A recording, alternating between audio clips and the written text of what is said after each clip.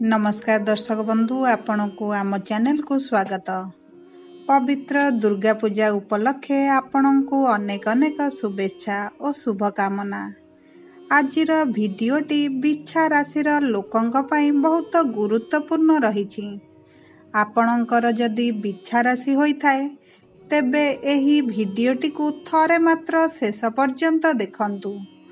बिच्छा राशिर व्यक्ति विशेषंक जीवन एही दुर्गा पूजा ठारू बदलिबाकू जाउछि, कारण ग्रह नक्षत्र मानक चलन रे बहुत बड़ परिवर्तन हेबाकू जाउछि, जहा फल रे आपणक जीवन रे चलीथिबा समस्त दुख कष्टर अंत हेबाकू जाउछि एवं पुणी थरे आपणक जीवन को खुशी फेरिबाकू जाउछि। देखंतु बुध शुक्र एवं सूर्यंकर राशि परिवर्तन हेबाकू जाउछि, जहा द्वारा आपणक जीवन रे किछि बड़ परिवर्तन हेबाकू जाउछि।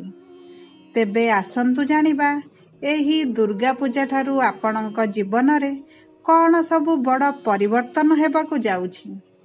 भिडियोटी आरंभ करिबा पूर्वरु जदि आपणकर बिच्छा राशि होइथाए एवं आपण भी ईश्वरंकु आंतरिक भक्ति करंती एवं विश्वास करंती तेबे भिडियोटी को लाइक करंतु एवं कमेंट बॉक्स रे जय जगन्नाथ जय मां लक्ष्मी अवश्य लिखि दियंतु।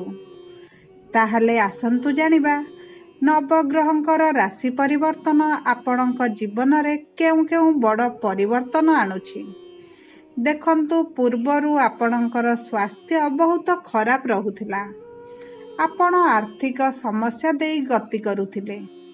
आपण ऋण नेउथिले किंतु ऋण सुझी पारु नथिले। ऋणर भार आपणक उपरे बढ़ी चलीथिला। आपणक परिवार रे खुशीर वातावरण नथिला। शिक्षा क्षेत्र रे विभिन्न प्रकार समस्या देखा देउथिला। आपणकर अଯଥା खर्च हेउथिला। समाज रे आपणकु मान सम्मान मिलु नथिला। आपणकु चाकरी प्राप्ति रे बाधा सृष्टि हेउथिला। संतान संततिंक पई आपण बहुत चिंतित रहुथिले। व्यापार रे आपणकर लॉस हेउथिला। प्रेम जीवन रे आपणकर बहुत गुड़िए समस्या देखा देउथिला। दाम्पत्य जीवन रे छोट कथा को नै कलह लागि रहुथिला। आपण मानसिक दुश्चिंता रे रहुथिले। तेबे एही भली जहा भी समस्या आपणक जीवन रे चलीथिला ताहा एबे दूर हेबाकू जाउछि। आपणक जीवन रे पुणी थरे खुशी फेरिबाकू जाउछि। आपणक जीवन रे नूतन सूर्य उदय हेबाकू जाउछि। ताहले आसंतु जानिबा आपणक शिक्षा आपणक चाकरी एवं व्यापार क्षेत्र रे एही प्रमुख ग्रह मानकर राशि परिवर्तन किभली प्रभाव पकाउछि।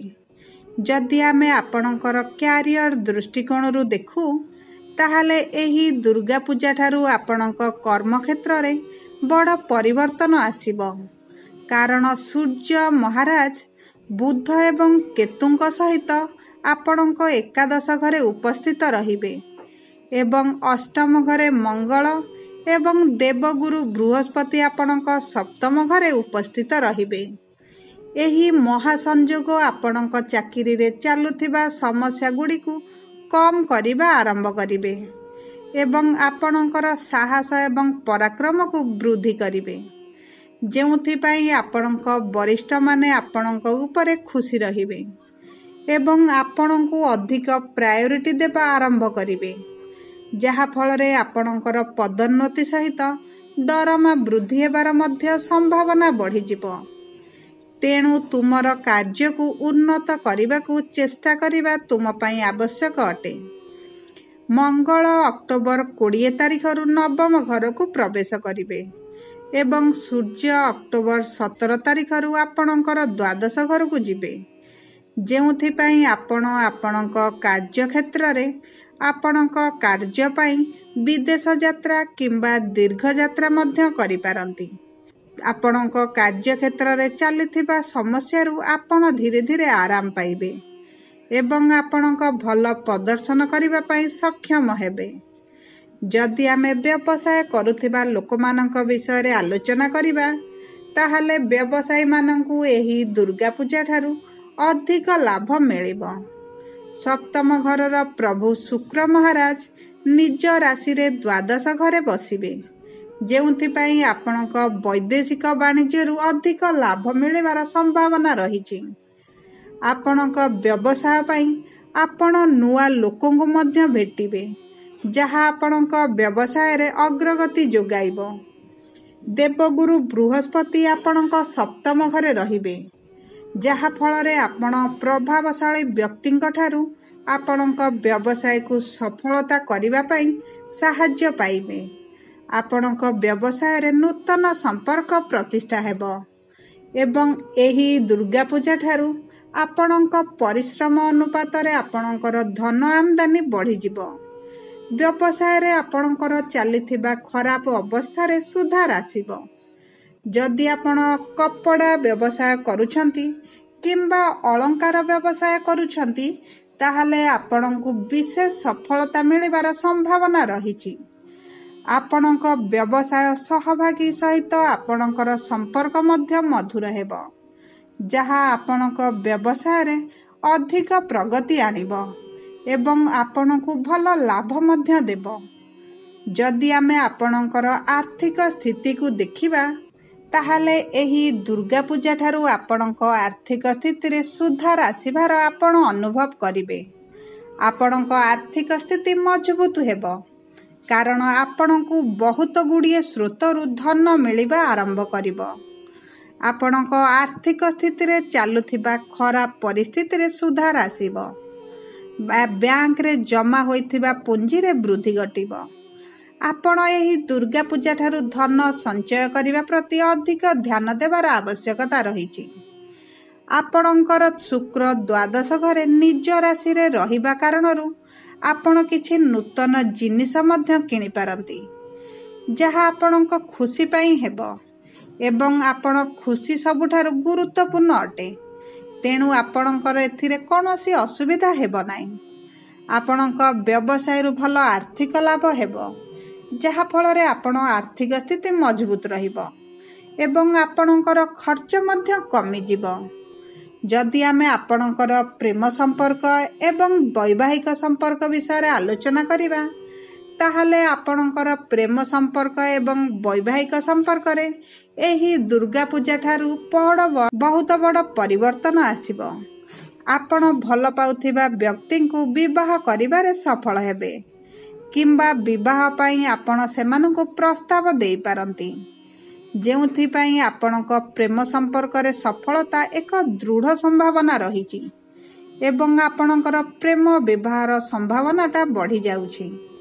ଏକାଦଶ ଘରେ ସୂର୍ଯ୍ୟ, ବୁଧ ଏବଂ କେତୁଙ୍କ ଉପସ୍ଥିତି ଏବଂ ପଞ୍ଚମ ଘରେ ସେମାନଙ୍କର ଦୃଷ୍ଟି ହେତୁ ଆପଣଙ୍କ ଦୁହିଁଙ୍କ ମଧ୍ୟରେ ମଧୁରତା ବଢ଼ିଯିବ ଏବଂ ଅକ୍ଟୋବର 17 ତାରିଖରେ ସୂର୍ଯ୍ୟ ଏବଂ ଏହା ପୂର୍ବରୁ ଅକ୍ଟୋବର 10 ତାରିଖରେ ବୁଧ ଆପଣଙ୍କର ଦ୍ୱାଦଶ ଘରକୁ ଯିବେ ଏବଂ ଶୁକ୍ର ଅକ୍ଟୋବର 13 ତାରିଖରୁ ଆପଣଙ୍କ ରାଶିରେ ପ୍ରବେଶ କରିବେ, ଯେଉଁଥିପାଇଁ ଆପଣଙ୍କ ସମ୍ପର୍କରେ ପ୍ରେମ ବଢ଼ିଯିବ।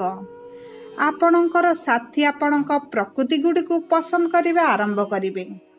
ଆପଣଙ୍କର ବାର୍ତ୍ତାଳାପ ତାଙ୍କ ହୃଦୟରେ ଏକ ଘର ତିଆରି କରିବ ଏବଂ ଆପଣଙ୍କ ମଧ୍ୟରେ ରୋମାନ୍ସ ବଢ଼ିଯିବ, ଯେଉଁଥିପାଇଁ ଆପଣଙ୍କ ପ୍ରେମ ସମ୍ପର୍କ ମଜବୁତ ହେବ।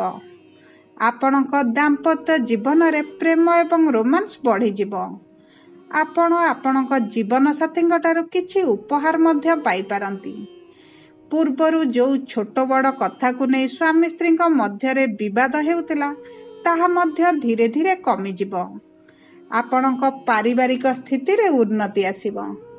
ଆପଣଙ୍କ ପରିବାରରେ ଚାଲିଥିବା ମତଭେଦ ଶେଷ ହୋଇଯିବ। ଆପଣଙ୍କ ଭାଇ ଭଉଣୀମାନଙ୍କ ସହିତ ସମ୍ପର୍କ ମଧୁର ହେବ। ଯଦି ଆପଣଙ୍କର କିଛି ସମ୍ପତ୍ତି ସମ୍ବନ୍ଧୀୟ ବିବାଦ ଚାଲିଥିଲା, ତାହା ମଧ୍ୟ ଶେଷ ହୋଇଯିବ। ଆପଣଙ୍କର ସ୍ୱାସ୍ଥ୍ୟ ଦୁର୍ଗା ପୂଜା ଠାରୁ ଧୀରେ ଧୀରେ ଉନ୍ନତି କରିବା ଆରମ୍ଭ କରିବ। ଆପଣଙ୍କର ସ୍ୱାସ୍ଥ୍ୟକୁ ନେଇଥିବା ଚିନ୍ତା ଶେଷ ହୋଇଯିବ। ଯଦି ଆପଣଙ୍କର ପେଟ କିମ୍ବା ଗୋଡ଼ ସମ୍ବନ୍ଧୀୟରେ କିଛି ଗମ୍ଭୀର ରୋଗ ଥିଲା, ସେଥିରୁ ଆପଣଙ୍କୁ ଆରାମ ମିଳିବ। ଆପଣଙ୍କର କୌଣସି ଗୁରୁତର ରୋଗ ହେବାର ସମ୍ଭାବନା ନାହିଁ। ଆପଣଙ୍କ ସ୍ୱାସ୍ଥ୍ୟରେ ଉନ୍ନତି ଆସିବ, କିନ୍ତୁ ଆପଣ ବାହାର ଖାଦ୍ୟ ଖାଇବାଠାରୁ ଦୂରରେ ରହିବାକୁ ପଡ଼ିବ, ନଚେତ୍ ଆପଣଙ୍କ ସ୍ୱାସ୍ଥ୍ୟରେ ଅବନତି ଘଟିପାରେ। ଯଦି ଆପଣଙ୍କୁ ଆମ ଭିଡ଼ିଓଟି ପସନ୍ଦ ଆସିଥାଏ ତାହେଲେ ଭିଡ଼ିଓଟିକୁ ଲାଇକ୍ କରନ୍ତୁ। କମେଣ୍ଟ ବକ୍ସରେ ଜୟ ଜଗନ୍ନାଥ, ଜୟ ମା ଲକ୍ଷ୍ମୀ ଅବଶ୍ୟ ଲେଖିଦିଅନ୍ତୁ। ଯଦି ଆପଣ ଆମ ଚ୍ୟାନେଲକୁ ପ୍ରଥମ ଥର ଆସିଛନ୍ତି ତାହେଲେ ଆମ ଚ୍ୟାନେଲକୁ ସବସ୍କ୍ରାଇବ୍ କରନ୍ତୁ। ପାଖରେ ଥିବା ବେଲ୍ ଆଇକନ୍କୁ ପ୍ରେସ୍ କରନ୍ତୁ, ଯାହାଫଳରେ ଆପଣ ଆମ ଭିଡ଼ିଓ ଗୁଡ଼ିକର ପ୍ରଥମ ନୋଟିଫିକେସନ୍ ପାଇବେ। ଧନ୍ୟବାଦ।